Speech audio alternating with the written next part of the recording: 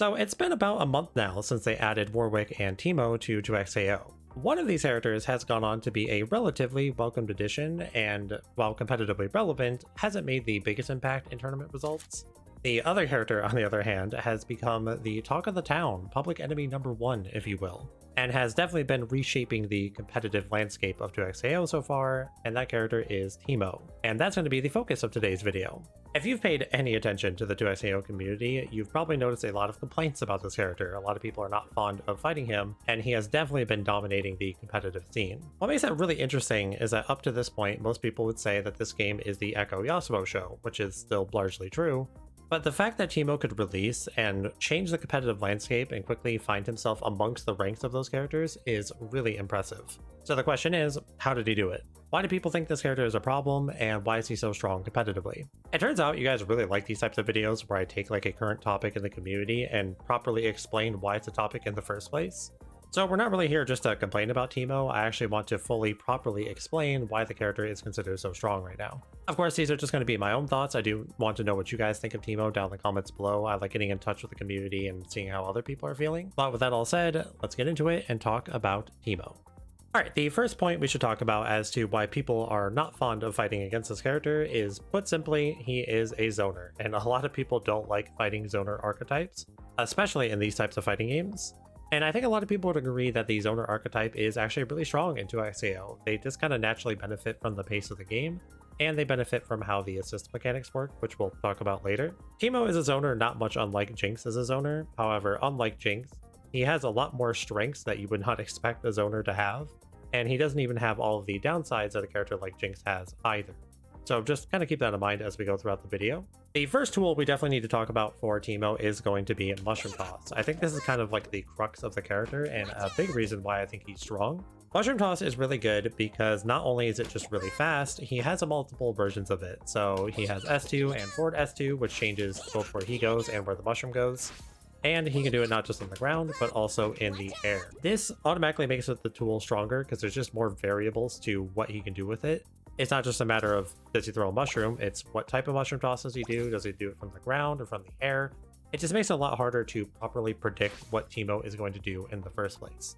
On top of this, the mushrooms are really fast and they don't go away if Teemo blocks something. So in this case, I have Echo set up to try to run up and 5M me for putting down a mushroom. But depending on the time interval, I'm going to end up blocking the 5M and also get a free punish because the mushroom is going to stay out on block, and that allows Teemo to get a combo afterwards. So punishing the move is really difficult, and this really only applies to fast characters like Echo or Ahri, for example. If you play a bigger character who's slower, it's a lot harder to punish this even with a good read. So what does this move do? Well, when you have a mushroom on the screen, the opponent basically can't just run past it because it is an active hitbox. Once you run past it, it will trigger and it turns into a hitbox. And any tool like this is just inherently strong in fighting games, because moves like this tell the opponent, hey, you have to address this. It disrupts what the opponent wants to do. The second I get a mushroom on the screen like this, they can't really just do the things that they want to do, at least not as easily.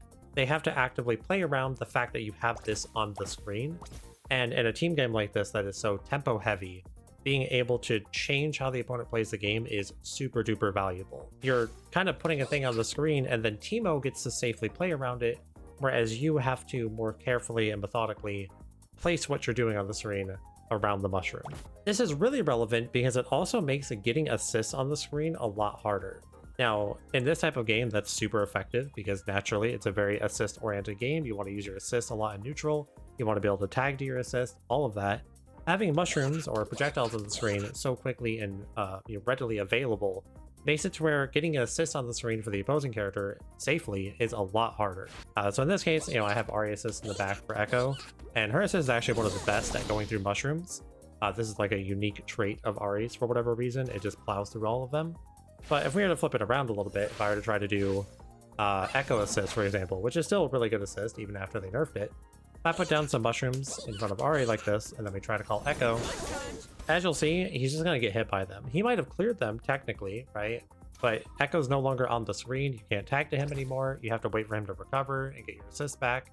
It just disrupts what people want to do. It's not that you can't use your assist around the mushrooms. And in fact, using your assist to interact with the mushrooms is part of Fight Teemo. Because, if I'm further away like this, then, you know, maybe Echo Assist is a little bit better. So we're back this far, you'll clear some of them. But it just goes to show that being able to warp how someone uses their assist is actually really effective. So how would you try to deal with the mushroom toss as the opposing character? Well, one of the more obvious options that you will definitely try to go for sometimes is just jumping over it.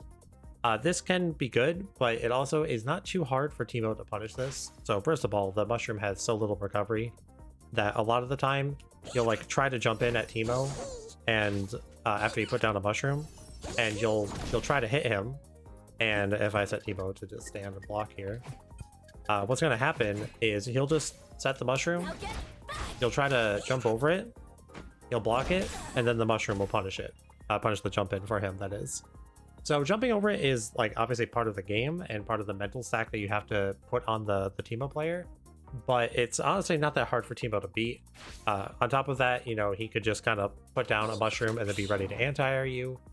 Or if he has an assist on the screen, you know, he can like put down a mushroom, and if he sees your character jumping, he can just tag to his assist that's on the screen and then be ready to anti-air with them instead. That's part of why the zoner archetype actually really benefits from assists. You know, anything that has like a lot of recovery where you like want to put stuff on the screen, you know, these types of moves you're supposed to, like, as the opponent, make a call out during the startup or the recovery of the move and punish them. It's a lot harder to do that when they can just tag to another character to stop them from being punished in their recovery. The next most important move for Teemo is definitely a Slingshot. I swear to God, this move looks so unassuming, like it's not actually that important or strong, but I honestly think it's one of the best moves in the entire game. So once again, it has multiple variations. He has S1 and crouching S1, and he can also shoot it in the air. On top of this, he can hold the button down to change the speed and trajectory of the Slingshot. This is really powerful. If you think about something like Jinx rockets, you know, Jinx rockets would just go across the screen in a straight horizontal line. Even though she can shoot them in the air, same thing, it's just a straight horizontal line. Teemo has so much more variability and can cover so much more space effectively with the Slingshot. You know, if you think people are approaching you, you can just do like a shallow Slingshot, which kind of cuts off that space right in front of him. If you're trying to shoot someone that's further away, you can just hold it down. You can hold it down all the way and get like a really far-reaching Slingshot. A lot of options and a lot of variables make the tool so much harder to play around consistently as the player on the other side. This tool is really good in tandem with mushrooms, because one of the only downsides to this move, specifically the air version, which is more frequently how people use the tool, I would say, you know, you'd probably want to run under him, but you can't really run under him because he has the mushrooms protecting him. And on top of that, this move has very little recovery. So I'll just show by going into his float afterwards. He literally recovers airborne. So a lot of the times, even if you do kind of finesse your way around the Slingshot, you probably won't get a direct punish because it has so little recovery. This move also complements mushrooms because, you know, if someone's trying to hit the mushroom, you can just Slingshot them for it. Which, this is where I'm going to talk about the fact that hitting the mushrooms is obviously part of the counterplay for fighting Teemo. You know, when he puts on a mushroom, you can run up and hit the mushrooms yourself. So, you know, if I do something like this, put down the mushrooms, walk up with Ari, we can just hit them to get rid of them. And on top of this, we can even cancel afterwards as well, which is very nice. And I do think a big thing about fighting Teemo is understanding your interactions with mushroom. So, for example, something I really like to do with my team is I like to hit the mushroom with Echo, throw Time Winder, and call Ari Assist. This situation is really good at finding your way in to get in on Teemo, who has a bunch of mushrooms down. Because, you know, you're kind of just safely getting Ari across the screen, you're protecting her with the Time Winder. It's just a really nice way to clear the mushrooms. But obviously, if you're trying to do this, Teemo can also try to protect the mushrooms by slingshotting them. You can try to protect them by just running up and like 5M'ing you or 2M'ing you for trying to hit the mushroom, or maybe like if you're trying to hit the mushroom, come in with a jump in of his own, or of course assist calls. You know, you can put down the mushroom and then use an assist to try to punish you for hitting the mushroom.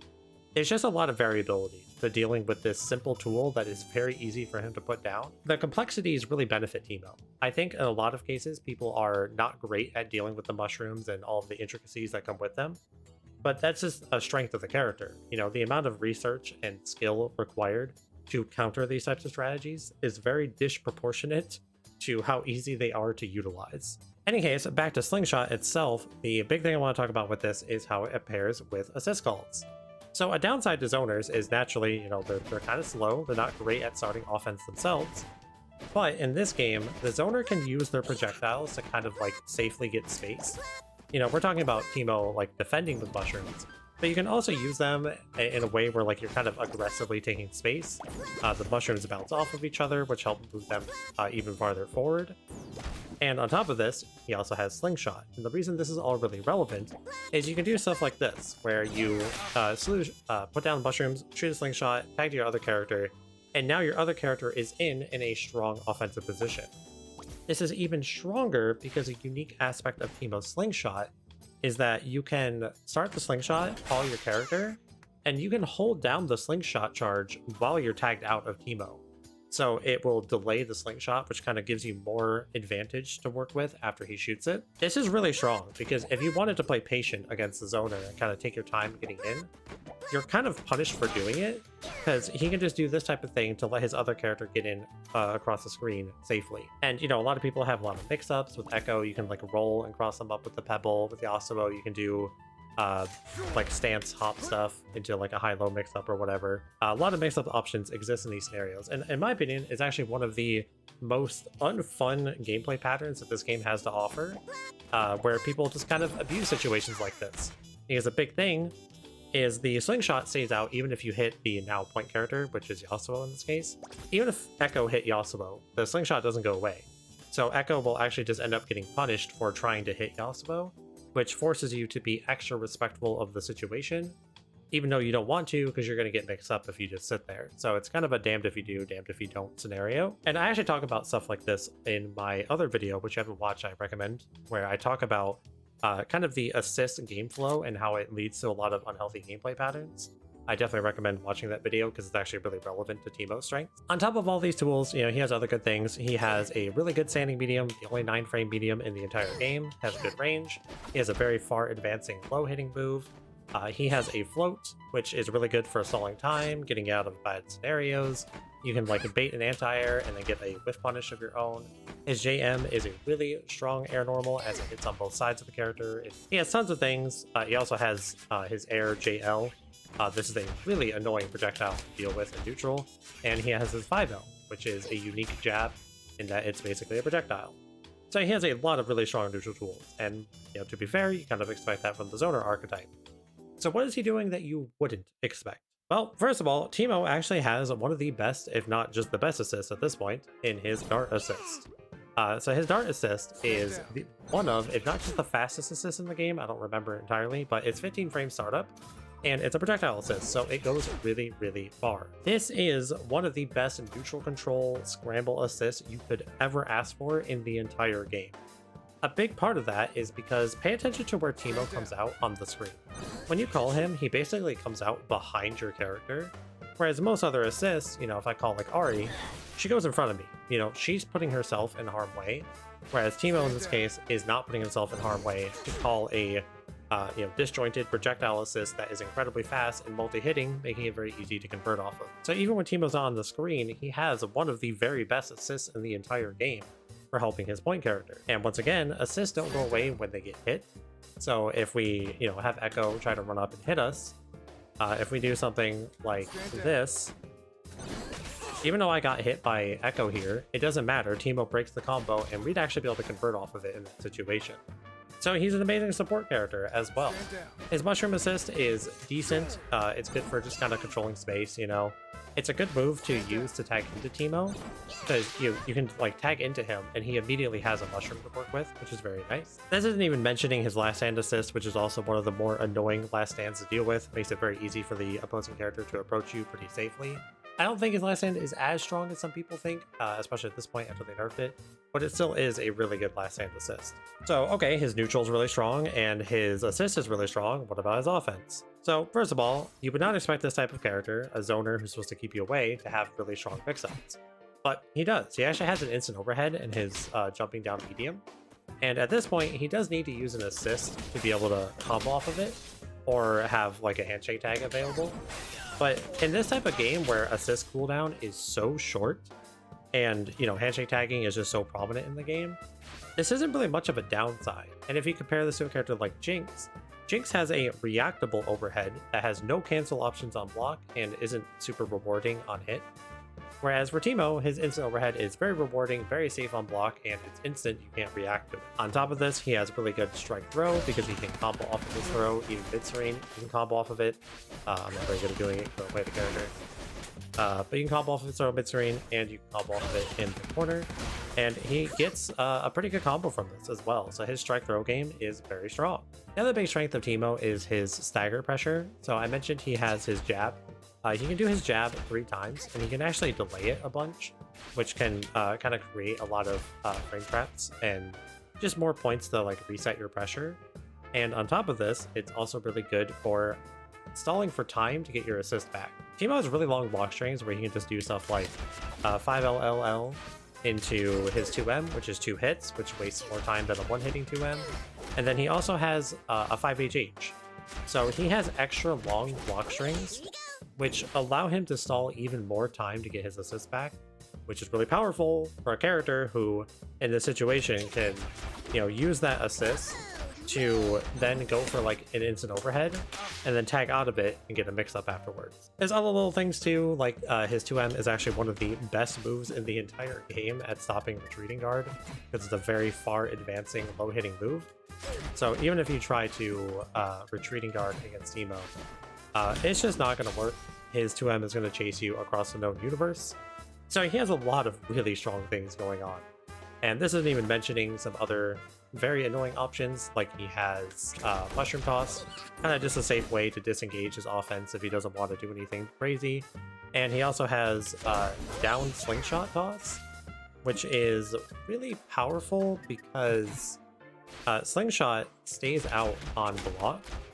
So, it stays out even on hit. Even if the opponent mashes here, like if I set Echo to mash like a medium, for example, it's not going to work. He'll actually just get punished for it every single time. So if I do like this, and we shoot Slingshot, doesn't matter. He's going to get punished. We actually get a full combo there for Echo mashing a button here. And obviously, if you just block it, it's also plus on block. So he has a lot of very annoying pressure situations. The other strong thing that he has offensively and in neutral that I haven't talked about yet is his Dart Super, more specifically Dart Super paired with Double Down Super Tag. So one of the most annoying things and unfun things to deal with in this game is assist into Dart Tag with Teemo. This is really good offensively because you basically just get a bunch of free mix-ups. Yasuo can go for like pop, high, low stuff if he wants to. And in neutral, it's just a way to like bypass neutral. There's not really a good way to address this. They did nerf this in this patch. It's a much worse combo starter, but it doesn't really address the strength of the move in the first place. Sure, the reward is lower, but the fact that it gives your characters so many mix-up opportunities on block, especially for characters like Yasuo or Ahri, those are probably Teemo's more common pairings.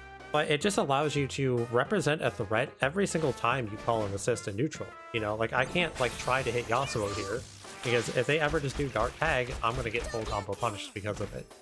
So this just makes a lot of situations extra muddy when you're fighting double down teams. Alright, so his neutral is amazing, his offense is amazing, his assists are amazing. Surely he doesn't do very much damage, right? He actually is very efficient at adding a lot of damage onto his combos. I don't know Teemo combos very well, so I can't like super easily explain this, but he is one of the characters that has the privilege of being able to do multiple supers in one combo alone, or being able to tag launcher after a super. So he has his Mushroom Super right here, which you can do combos afterwards into tag launcher, which allow you to then super with the other character. This is a very strong quality of a lot of the good characters in this game. And just in general, the flexibility of his combo routing with other characters is incredible. He actually does so much more damage than you would ever expect this type of character to do, especially given the other things he's already doing. There are so many other little things that I could really talk about with this character, so many other things that really add up to why he is the nuisance that he is. But I think really what it ultimately comes down to is, for every skill level, the character is just frustrating to fight against because he has a lot of very simple and effective tools that take way more effort to counter on the opposing side than to actually use them yourself. The discrepancy in effort on both sides is just not equal, even remotely. The character just plays really slow and defensive, which obviously is annoying to a lot of people. And beyond that, even if you try to play slow and defensive, slow and respectful of his options in neutral, He's really good at punishing you for doing that because of things like Slingshot tag, Dart tag, just kind of oppressing you by throwing mushrooms out in neutral. Whatever it is, he's actually really good at punishing you for playing slow as well. So you basically have to play at this perfect tempo that he gets to choose the entire match. He's really good at playing into the more frustrating side of the assist mechanics in the game. So just at every skill level, the character is just really frustrating to fight against, and that at high level of play, he just plays the game perfectly and doesn't really have the downsides in check to kind of balance what the character is doing. They have already confirmed that they have plans to address some things with this character. He also has a lot of bugs that I didn't even go into in this video, like for example, his air spin just doesn't have landing recovery like it's supposed to, which gives him a lot of insane corner carry to his combos, and in general makes it a really hard escape option to deal with as the opposing character.